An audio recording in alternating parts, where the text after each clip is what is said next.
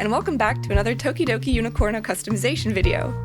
Today our lucky unicorno is this Rosa Latte. It looks like something took the strawberries a bit too literally and tried to have a snack on her. For this custom, I had a suggestion to do something based on a piece of art, which gave me the idea to do one based off of the Japanese Kirin. I love Japanese woodblock prints, and the Kirin is perfect because it's an Eastern version of a unicorn. I'm kind of surprised Tokidoki hasn't made a unicorno inspired by this yet. Keeping the condition of the unicorno in mind, I designed this rough sketch.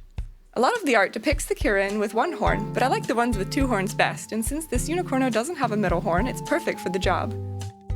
Now that I have a plan, I can start the modifications. First, I remove the remaining horn with some pliers. Onto some satisfying paint removal. I'm using 100% acetone nail polish remover.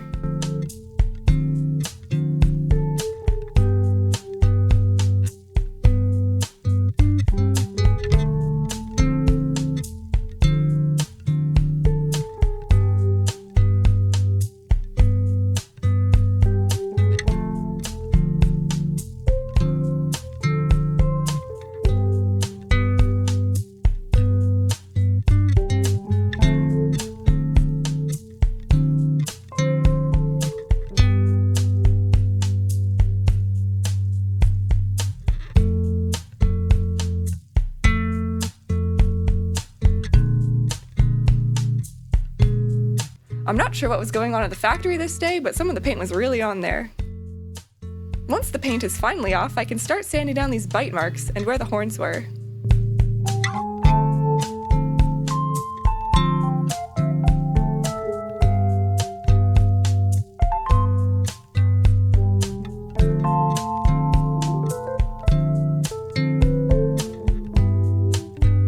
For this design, I want the tail to be off of the body a little bit, like how they are depicted in the woodblock prints. I'm using my Dremel with a thin cutting disc.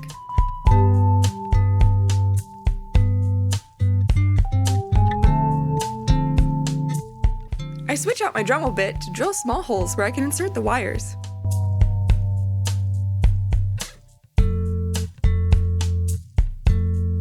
I mark where the horns will go to make sure that they will be even.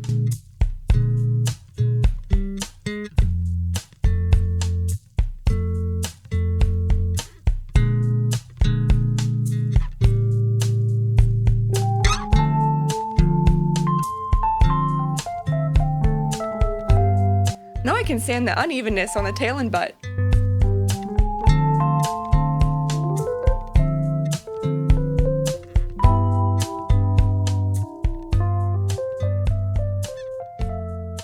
For the horns, I make a base with this floral wire.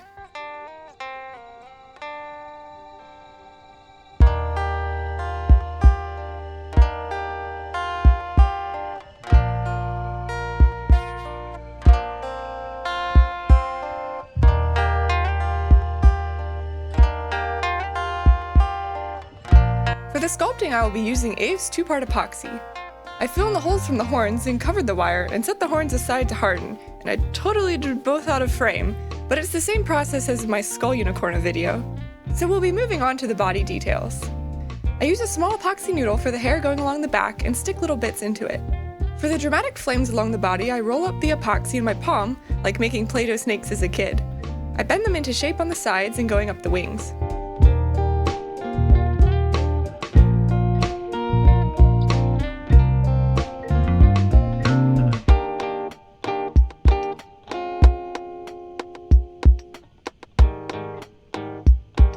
I let all that harden overnight, and now I can glue in the horns and tail. I'm using a 2-part glue, probably overkill, but you never know. I make sure to hold them in place with masking tape.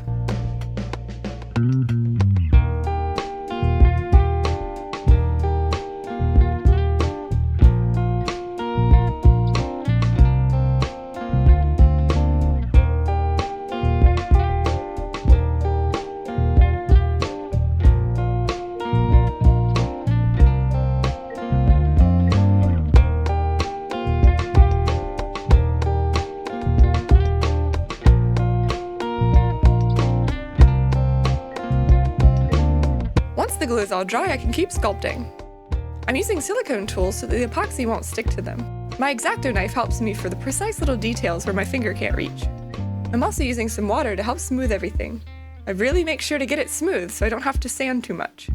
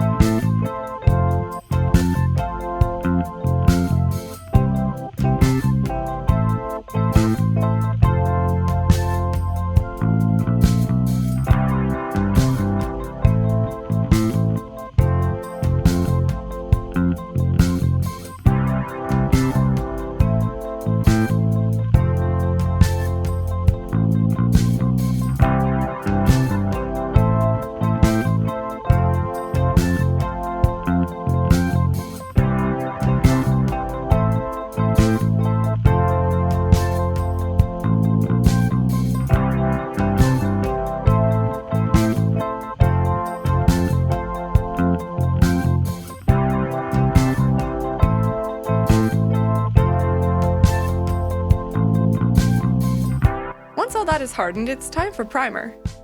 I'm using this Rustoleum spray, but it's not my favorite. White primers can be tricky. Make sure to use respiratory protection even outside. I make a few light passes so it doesn't get too heavy and thick.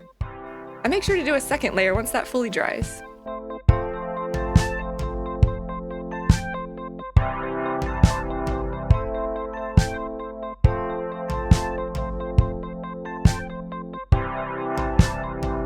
I do some finer touch-ups with a fine sandpaper and cover that up with a thin gesso layer.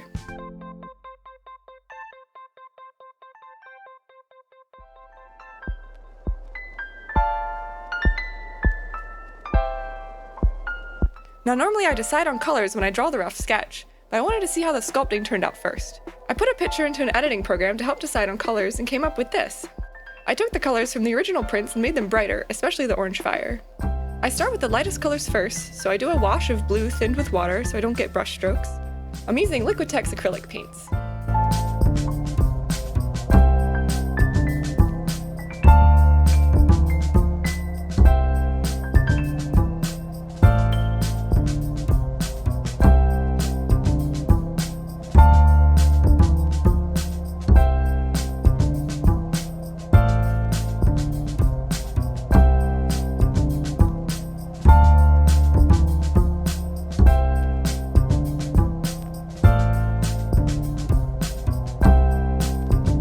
I use a hairdryer between layers to speed up the drying.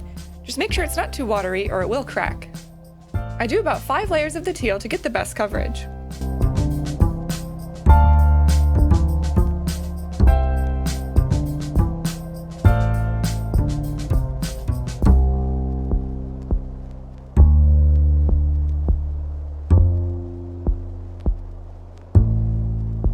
For the little tiny scales, I start with the darker shade for the outlines using my smallest brush. I had to speed up this footage even more because of how long they took.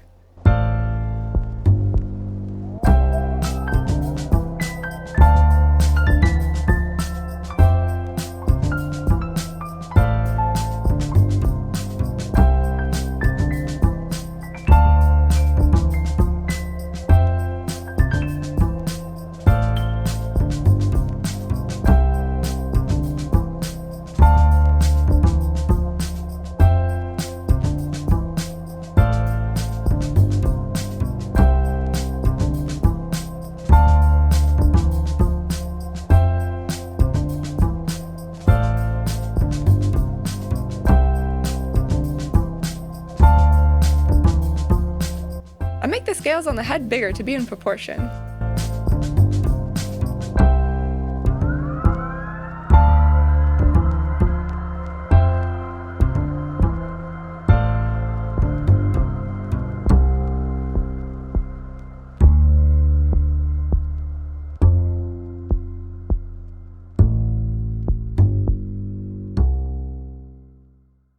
Now I could add in little highlights with a very light teal to make the scales really pop.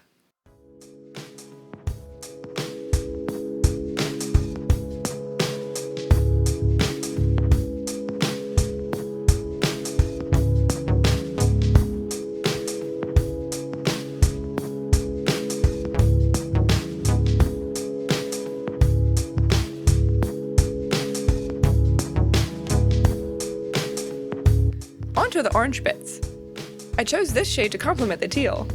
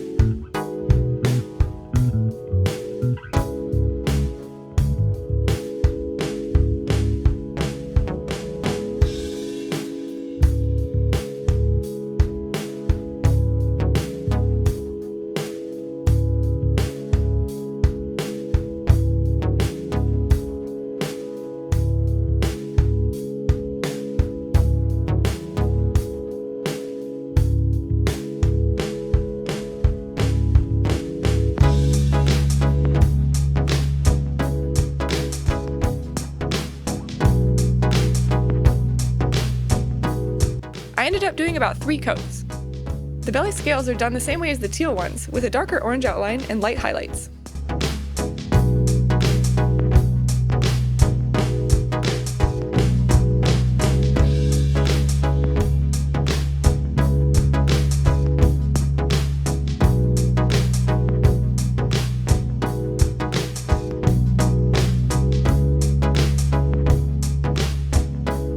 For the black, I start off with the little feet.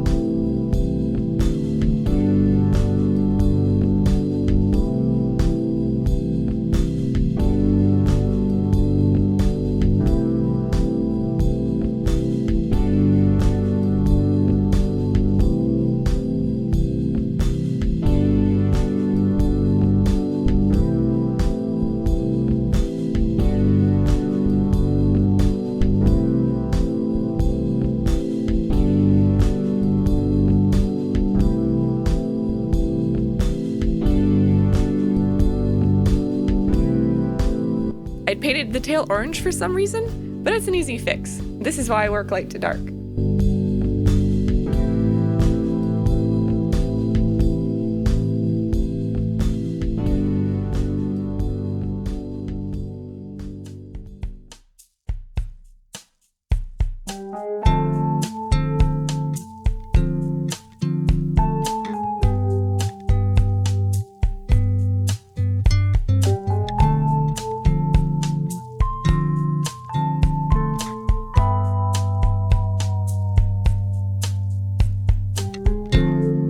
I only needed 2 coats of paint for the black.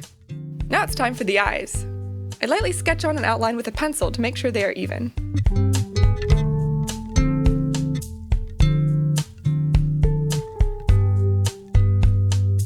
With my smallest brush, I carefully paint them on.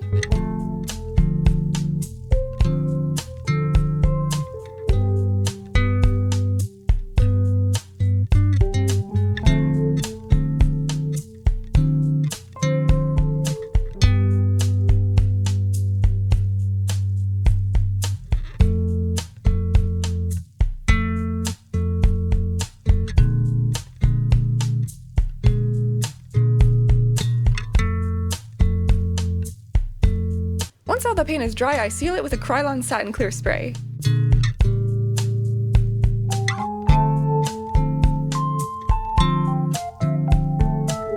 I did a coat off camera of the bottom when the first layer was dry. All done! Time for the finished result. Here's the before, and here's the after.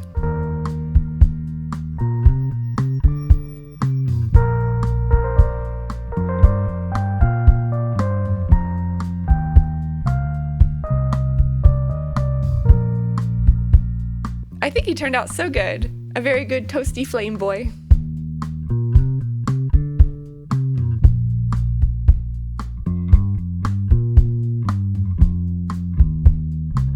Thank you for watching. I hope you learned something. Make sure to boop that like button and subscribe for more projects.